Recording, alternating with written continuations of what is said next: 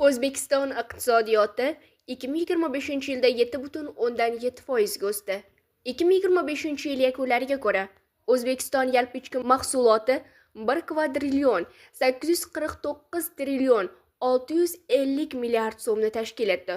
O'tgan yilda sanoat 6,8% ga, qurilish 17% ga, xizmat ko'rsatish 8,5% ga, qishloq, o'rmon va baliqchilik xo'jaligi 4,4% ga o'sdi. Dollarlardagi yalpi ichki mahsulot 147 milliarddan oshgan. 2025 yilning yanvar-dekabr oylarida O'zbekiston yalpi ichki mahsulot hajmi joriy narxlarda 1 kvadrillion 849 trillion 650 milliard so'mni tashkil etdi va 2024 yilning mos davriga nisbatan 7,7% ga o'sdi deya xabar berdi Milliy statistika qo'mitasi. O'tgan yilda sanoat 6,8% ga, qurilish 14% ga, xizmat ko'rsatish 8,5% ga, qishloq, o'rmon va baliqchilik xo'jaligi 4,4% ga o'sdi. Mamlakatdagi inflyatsiya darajasi 7,3% ni tashkil etdi. Bunda oziq-ovqat mahsulotlari narxlari o'rtacha 5,4% ga, nooziq ovqat mahsulotlari narxlari 5,1% ga, xizmatlar esa 13,9% ga qimmatlashdi. 2025 yilda barcha moliyalashtirish manbalari hisobidan asosiy kapitalga investitsiyalar hajmi 591 trillion 141 milliard so'm bo'ldi.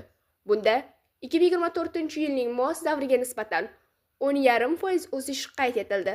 Iqtisodchi Otabek Bakirov hisob-kitoblariga ko'ra, o'tgan yilda O'zbekiston yalpi ichki mahsulot 147 milliard dollardan oshgan.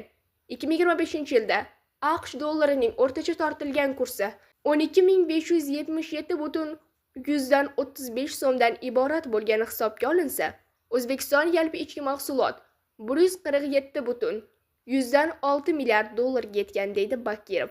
Iqtisodchi Mirkomil Xolboyevning qayd etishicha, o'tgan yilda dollardagi yalpi ichki mahsulot 20,1% ga o'sgan va bu yangi davr uchun mutlaq rekord. Taqqoslash uchun 2024 yilda dollardagi yalpi ichki mahsulot 12,9% ga ko'paygan. Jon boshida yalpi ichki mahsulot esa barcha kutilma va prognozlarni ortda qoldirib 3,844 dollarga yetgan. 2021 yil bilan taqqoslaganda yalpi ichki mahsulot 81% ga, jon boshiga yalpi ichki mahsulot esa 65,3% ga oshgan. Taqqoslash uchun 2017-2021 yillarda yalpi ichki mahsulot 12,4% ga, jon boshiga yalpi ichki mahsulot esa 4,3% ga oshgandi.